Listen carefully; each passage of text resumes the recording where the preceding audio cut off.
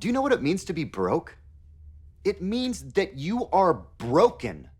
Hello everyone, this is Mr. Staleman streaming my thoughts out on these airwaves, hoping anyone will sit by and listen.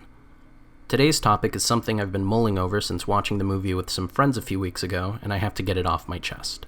Before I begin, I would like to thank anyone who's watching for their support, and I hope that you'll consider liking, commenting, subscribing, and just engaging with the videos. Whether we agree or disagree on the topic, I hope that you were at least entertained by however long I talked in this video. The subject is Dave Made a Maze, a 2017 indie movie directed by Bill Watterson and written by both the director and Steven Sears. This creation of theirs is the topic, and I'll be talking expressly about its faults as a story, its redeeming factor in set design, and what I wish could have been different in the story overall. Let's cut into things. Dave Made a Maze is an adventure story about Dave, an artist suffering from a completion block that decides to craft a cardboard maze in his living room. His partner comes home to find the maze and is informed by the artist that the maze is both incomplete and is much bigger on the inside. He asks for help in finding a way out and asks his partner to call up a friend.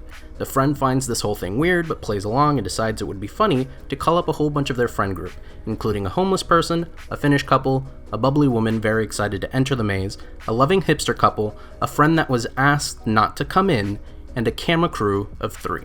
Pizzas are purchased, and the partner makes sandwiches for the main character before heading into the maze to discover his delusions are not baseless. The crew splits up with the main force being the camera gang, the partner, and the best friend. They go through some admittedly wonderful and fantastical landscapes all made of cardboard in search of the main character. After getting into the mouth of the statue and finding that the stationery can move like animals, they discover that the maze is a danger to them with this trap.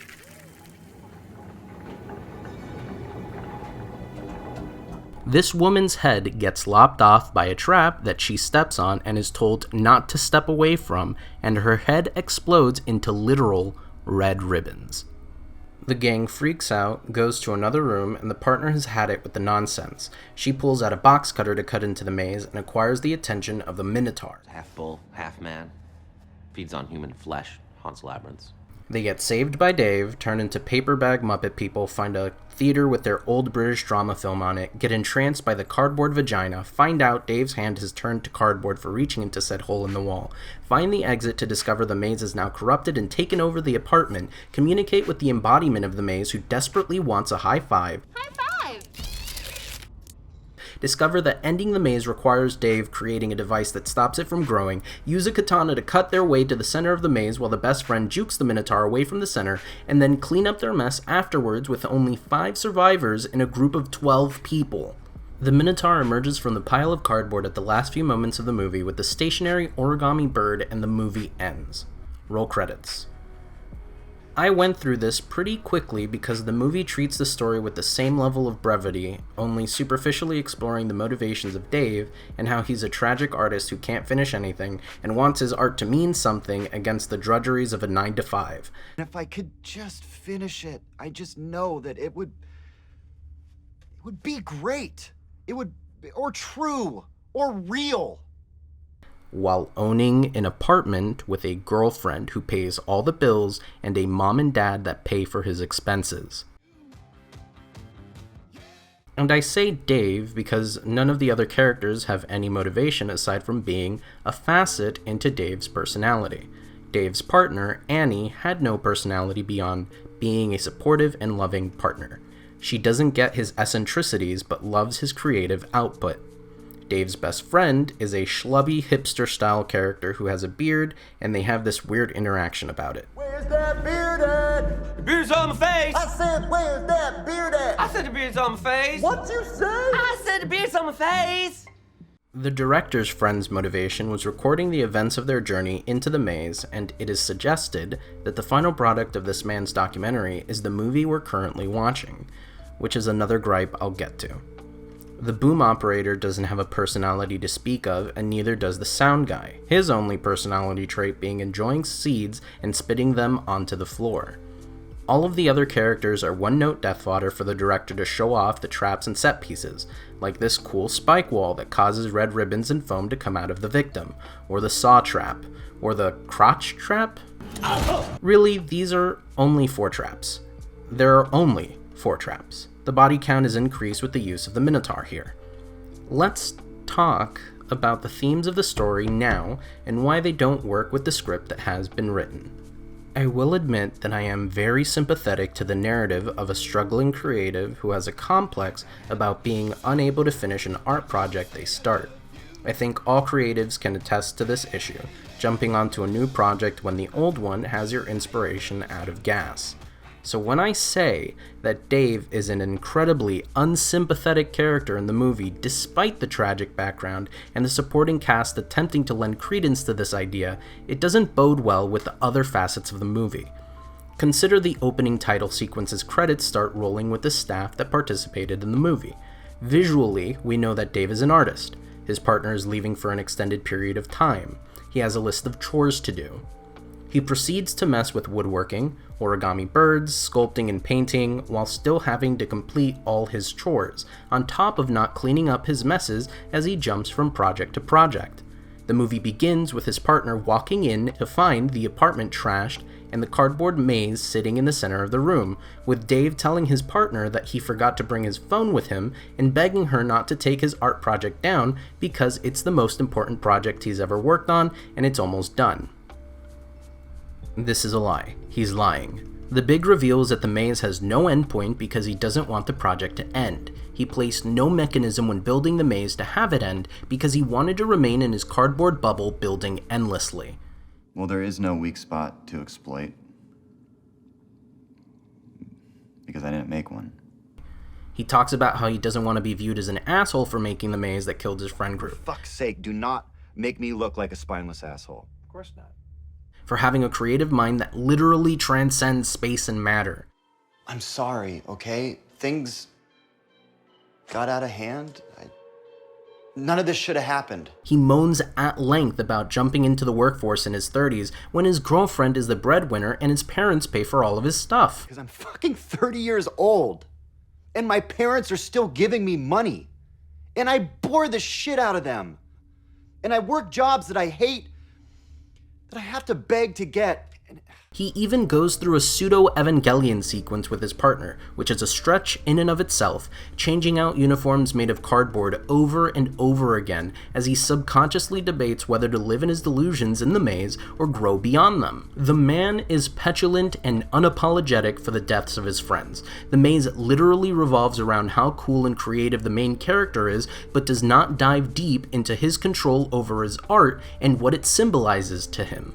Again, the set design is gorgeous. This human cardboard creature is horrifically brilliant, but Dave, the progenitor of these designs in the narrative, is only making shit he thinks looks cool and the maze is being subconsciously added onto. It's incredibly vapid and devoid of stakes or meaning. It's just meant to look cool or provocative. If the story fails in exploring Dave's psyche as a flawed artist, then what else do we have in the story? The script hints at the maze acquiring a mind of its own, but that thread isn't explored at all by the end of things. The story simply devolves into a series of tangential scenes with no tension or through line. With no other stories to follow beyond, will the characters destroy the maze?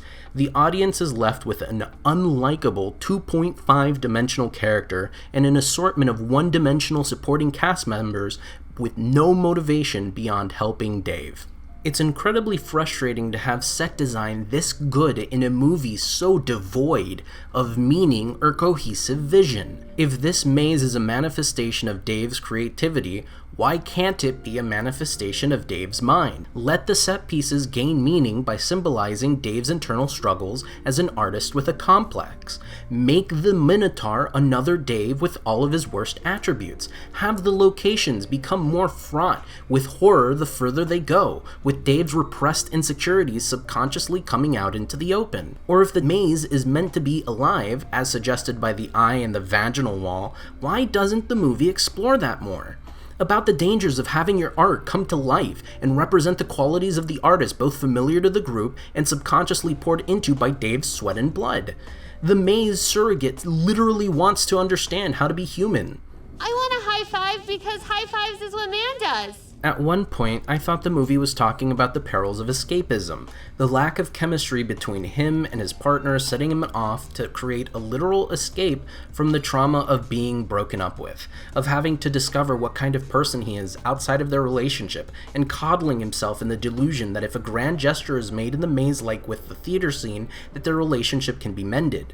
And that he'd have to tear down his walls to realize that internal growth can't come from escaping the truth of his situation, or just adding dimensions to the supporting cast so they're not just all bemused by the literal fuckery of the maze. Like the novelty of being in a sentient cardboard dungeon loses its appeal immensely when the characters exploring the maze have no sense of awe or wonder to the sets they're exploring. I wanted more of the keytar scene, or the statue head scene, not just because they were gorgeous set pieces, but because the characters looked at this maze with wide-eyed wonder the same way I did. And by the end of it, it's just impressive, yet drab brown cardboard walls and hallways. It just kills me to watch this movie because it lacks direction. The story wants to be funny and cheeky, but the comedy isn't universal. It's built for pretentious auteur film people, and even then, I can't say it completely lands because I'm a former film student, and I have no fucking idea what this scene is in reference to. If it isn't trying to be funny, it's trying to be horrific or thrilling, but it fails in both of these categories as well. It's silly when the first death occurs and the ribbon comes out, so this aspect should be explored more. Coraline did it with the buttons, the pizzazz, or if the budget can't handle that, maybe have traps that explore this concept some more. A macabre room with wire and cardboard body parts hanging around. Have the Minotaur visually kill someone beyond the blur dash into one of these characters. It feels as if the movie is just trudging along with no notable consequences to anyone's actions. The movie wraps up with the maze being destroyed and everyone just starts cleaning up and throwing things away. There's no mourning for those that died, or for the Finnish couple who were having a picnic in the middle of the climax and probably died too when the cardboard maze collapsed. That cast just acts like it's another day and they move on with their lives. Dave's hand is still made of cardboard by the end of the movie. And the film crew.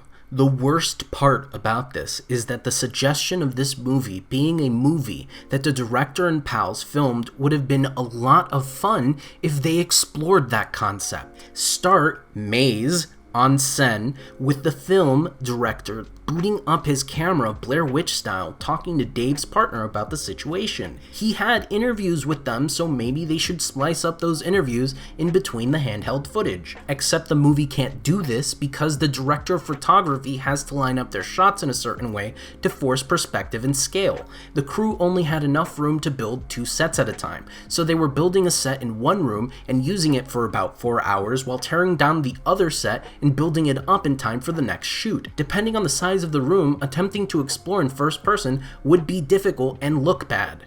So why suggest the movie was filmed by the camera crew at all? Why have the camera crew at all? The director character talks about wanting Dave's partner to have motivation or agency outside of Dave, but the movie doesn't even provide this to her. Her badass moment with the katana is because of Dave. Her reason for being there is to help Dave. Their victory ends with the couple going back to the apartment to return to a life of vacant complacency. The movie doesn't even put in the effort to describe what she does for a living, what she left the apartment for, and how long she was gone. Dave Made a Maze is a movie with a lot of style and no substance. It's a movie that grossed $34,117 at the box office, with a budget the producer and director refused to release to this day, so I can only assume that this was a loving financial flop. It is a movie about an unsympathetic artist with artificial anxieties about the real world. Do you know what it means to be broke? It means that you are broken. Surrounded by a cast of one-dimensional characters whose sole purpose is to coddle and help Dave through his outburst of uncontrolled creativity. It is a movie that doesn't know whether it wants to be a comedy, a horror, an adventure, and it suffers in all 3 departments because of its lack of focus. I was taught by my film professor that I should respect the work that goes into making a movie because it's a lot, and I agree with that sentiment. The actors look like they were having fun with the movie. The set designers are the MVPs of this film, and the only reason I gave the movie as long of a pass as I did.